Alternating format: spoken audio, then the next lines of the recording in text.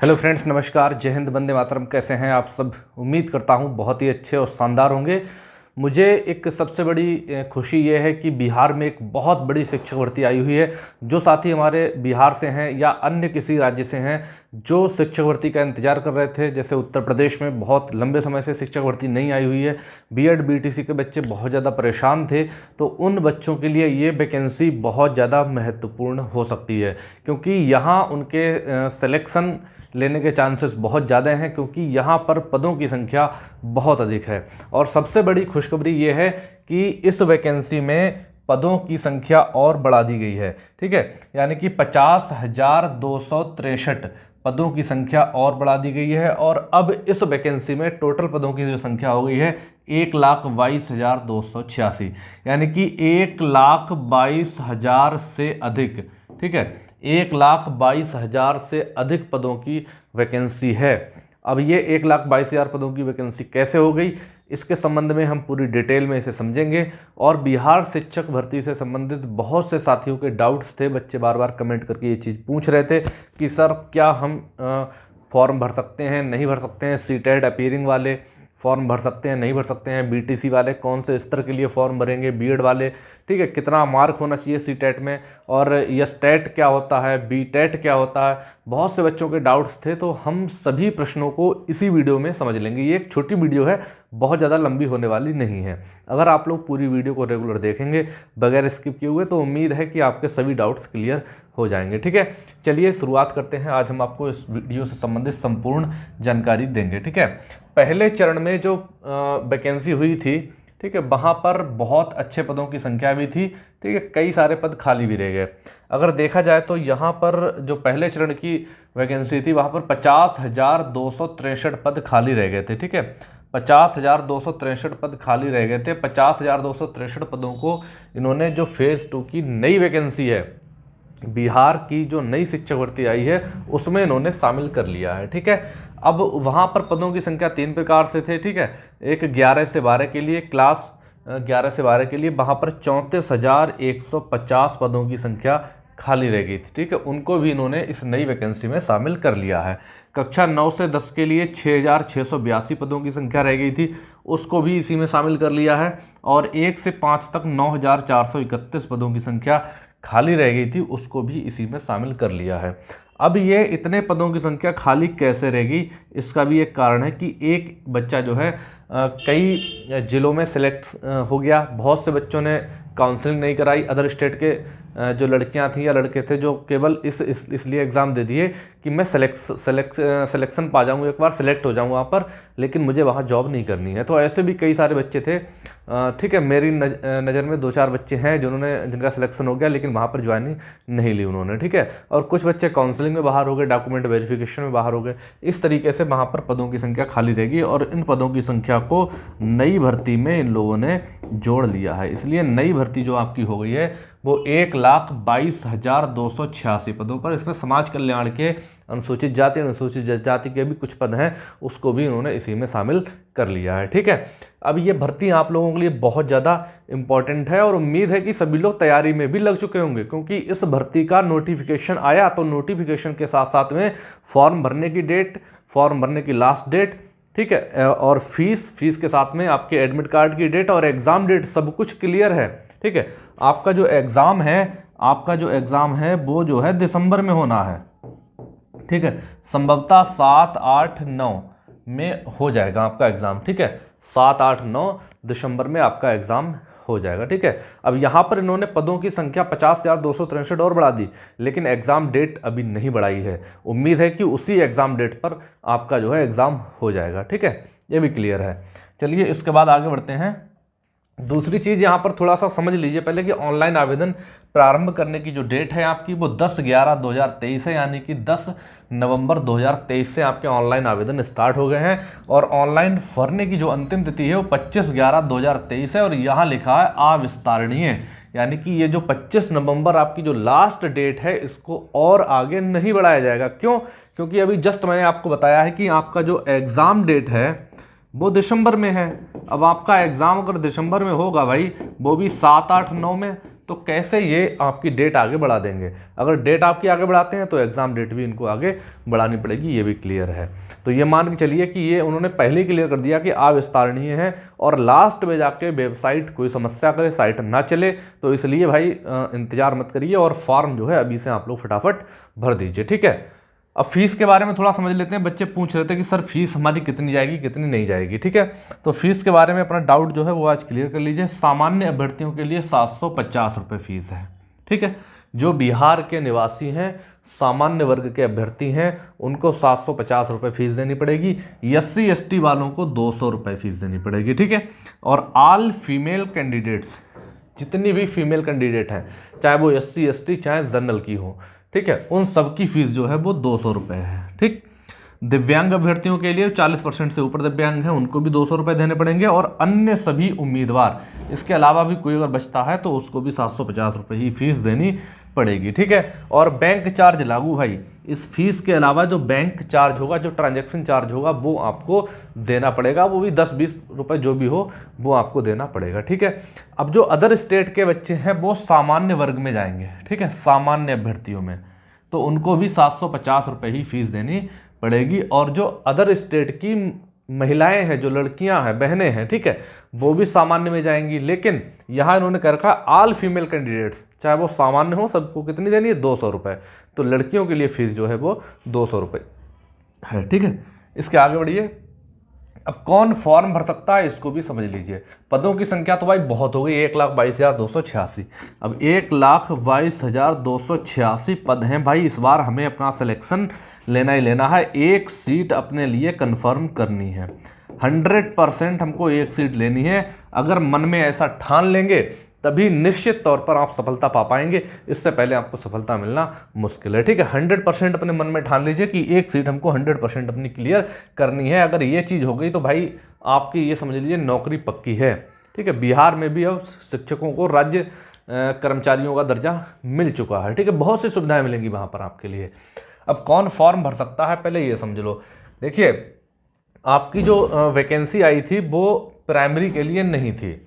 जो बिहार शिक्षक भर्ती 2.0 जो वैकेंसी आई है, 2.0 जो भी आप समझिए, ठीक है, इसमें प्राइमरी के लिए पदों की संख्या नहीं थी, यानी कि क्लास 1 to 5 के लिए पदों की संख्या नहीं थी। लेकिन इन्होंने जो वैकेंसी इंक्रीज की है, जहाँ पर पदों की संख्या बढ़ाई है, वहाँ पर आप देख लो, इन्होंने कक्षा 1 से लेकर 5 के लिए 9,431 पद बढ़ा दिए हैं। यानी कि अब आपकी भर्ती में प्राइमरी के पदों की संख्या भी हो गई है 9,431, ठीक है। अब आपकी जो वैकेंसी है ये कक्षा 1 से लेके 12 तक के लिए हो गई है, ठीक है। 1 to 5 कक्षा 1 से लेके 5 तक, ठीक है, 6 से लेके 8 तक, 9 से 10 तक और 11 से 12 तक, यानी कि 4 स्तर की ये परीक्षा आपकी हो गई है, ठीक है। तो कक्षा 1 से लेके 5 तक में यहाँ पर मैंने नोट नहीं किया है, वो आप समझ लीजिए। कक्षा 1 से लेके 5 तक, 1 से लेके 5 तक में आपको CTET पास होना चाहिए, ठीक, और VTET, बिहार टेट। CTET 1 से लेके 5 तक वाला, यानी कि फर्स्ट पेपर CTET का और BTET का भी फर्स्ट पेपर आपको पास होना चाहिए, तभी आप कक्षा 1 से लेके 5 तक, वर्ग 1 से लेके 5 तक के लिए एलिजिबल हैं, तभी आप फॉर्म भर सकते हैं, ठीक है। दूसरी चीज़ ये है, कक्षा 6 से लेके 8 तक में CTET पेपर सेकंड, ठीक है, CTET का भी पेपर कौन सा होना चाहिए, सेकंड वाला पास होना चाहिए। और VTET बिहार टेट का भी पेपर कौन सा पास होना चाहिए, सेकंड वाला पास होना चाहिए। ये भी आपको पास होना बहुत ज़रूरी है, ठीक है। कक्षा 9 से 10 तक के लिए आप लोग फॉर्म भरना चाह रहे हैं तो आपके लिए YESTET की परीक्षा क्वालिफाई करनी पड़ेगी, YESTET, ठीक। और YESTET का भी पेपर कौन सा होना चाहिए, फर्स्ट वाला, ठीक। अब कक्षा 11 से 12 के लिए अगर आप फॉर्म भरना चाहते हैं तो यहाँ पर भी आपको YESTET पास करना पड़ेगा और पेपर सेकंड पास करना पड़ेगा YESTET का। अब सबसे बड़ी खास चीज़ ये है कि कक्षा 1 से लेके 5 तक के लिए और कक्षा 6 से लेके 8 तक के लिए आपको CTET पास होना चाहिए या बिहार टेट पास होना चाहिए, लेकिन 9 और 10 के लिए आपको YESTET क्वालिफाई करना जरूरी है, ठीक है। अब ये YESTET का है, YESTET जो है बिहार टेट तो है नहीं, बिहार टेट का एग्ज़ाम अलग होता है और YESTET का एग्ज़ाम अलग होता है, ठीक है। अब YESTET भाई क्या है ये समझ लो। YESTET जो है आपका बिहार स्टेट क्या है इसको समझ लीजिए, ये Bihar secondary teachers eligibility test है, ठीक है, Bihar secondary teachers eligibility test है ये इसके 2 पेपर होते हैं, पेपर 1 फर्स्ट और पेपर सेकंड, ठीक है, पेपर फर्स्ट और पेपर सेकंड। पेपर फर्स्ट जो है वो सेकेंडरी स्तर का होता है, यानी कि कक्षा 9 से लेके 10 तक वालों के लिए, और पेपर 2 जो होता है वो हायर सेकेंडरी स्तर के लिए होता है, कक्षा 11 से 12 तक के लिए, ठीक है। अब बिहार में ये स्टेट का एग्ज़ाम देने के लिए, चाहे आप बिहार के निवासी हों चाहे किसी अन्य राज्य के निवासी हों, अगर आपने ये स्टेट का एग्ज़ाम दिया है और उसको क्वालिफाई किया है, अगर पेपर 1 क्वालिफाई किया है तो कक्षा 9 से 10 के लिए फॉर्म भर सकते हैं, और पेपर 2 क्वालिफाई किया है तो 11 से लेकर 12 तक वाला फॉर्म भर सकते हैं, ठीक है। यहाँ पर सीटेट मान्य नहीं है, ठीक है। 9-10 में जो है आपका सीटेट जो है भैया ये एलिजिबल नहीं है, सीटेट वाले 9-10 में फॉर्म नहीं भर सकते हैं। यहाँ पर दोबारा बता रहा हूँ आपको, यस टेट क्वालिफाई होना चाहिए पेपर 1 9 से 10, पेपर 2 11 से 12 के लिए, ठीक है। अदर स्टेट वाले, ठीक, कुछ अब यहाँ पर थोड़ा सा और समझ लीजिए कि सीटेट में नंबर कितने होने चाहिए, वो भी एक बार आपको बता देता हूँ कि सीटेट में नंबर कितने होने चाहिए, ठीक है। सीटेट वाला भाई लफड़ा ये जरूर समझ लीजिए आप, इसमें बहुत ज़्यादा वो है, ठीक है। सीटेट में, हाँ, सीटेट में नंबर कितना होना चाहिए, ठीक, ठीक है। अगर सीटेट में आप बिहार के निवासी हैं, ठीक, आप बिहार के निवासी हैं, ठीक है, और आप जनरल हैं, ठीक, बिहार के निवासी हैं, जनरल हैं, तब आपके लिए जो है 90 मार्क्स होने चाहिए, 90 मिनिमम,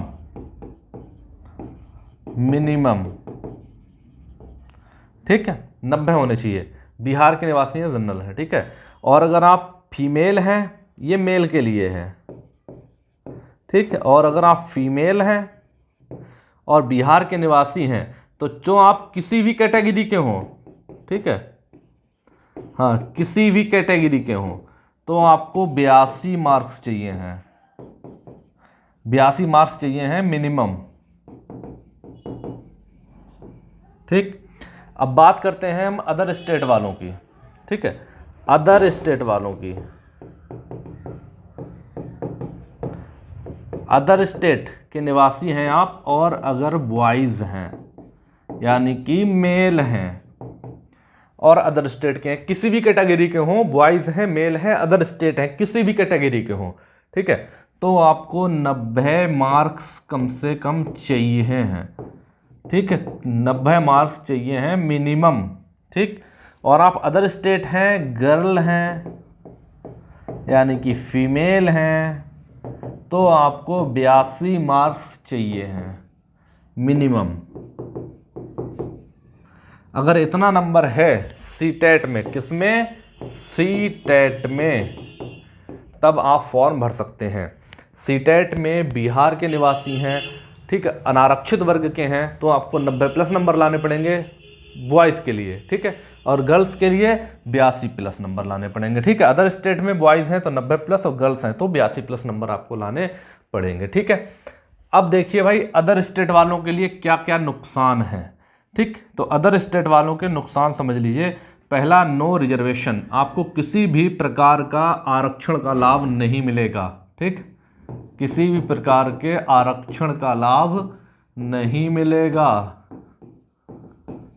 ठीक। दूसरी चीज़, सीटेट 2024 अपीयरिंग वाले भी फॉर्म नहीं भर सकते हैं, ये भी समझ लीजिए,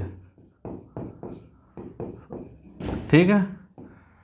हाँ, सीटेट 2024 में जिन्होंने फॉर्म भरा है, अपीयरिंग वाले हैं, वो लोग भी इसमें फॉर्म नहीं भर सकते हैं, ठीक है। दूसरी चीज़, मेल और फीमेल, यहाँ पर मैंने आपको बता चुका हूँ कि अदर स्टेट के अगर आप मेल हैं तो आपको कम से कम 90 नंबर चाहिए, और फीमेल हैं तो आपको सीटेट में 82 अंक चाहिए हैं, और यही प्रक्रिया यस टेट पर भी लागू होगी, ठीक है। इतनी चीज़ें समझ गए हों, अगर कोई यहाँ पर डाउट हो आपके लिए तो आप दोबारा हमें कमेंट्स करके पूछ सकते हैं। इसके आगे बढ़ते हैं ठीक है। सबसे पहली चीज़, इस बार आपका एग्ज़ाम वनडे एग्ज़ाम है। ठीक, आपका जो एग्ज़ाम है वो एक ही दिन में पूरा हो जाएगा। ठीक है, एक ही पेपर होगा। ठीक, उसमें एक भाषा का होगा और दूसरा आपका सब्जेक्टिव होगा। अन्य चीज़ें उसमें जीएस है, करंट है, आपका मैथ है, रीजनिंग है, तो ये सारी चीज़ें आएंगी। ठीक है, इसके अलावा आपको किस तरह का पेपर होगा, क्या क्या क्वेश्चंस आ सकते हैं, इस तरह का कोई डाउट है या कोई जानकारी चाहिए तो आप निश्चित तौर पर कमेंट कीजिए, उसको हम नेक्स्ट वीडियो में कवर करने का प्रयास करेंगे। ये वीडियो यहीं तक, मिलते हैं नेक्स्ट वीडियो में। जय हिंद, वंदे मातरम।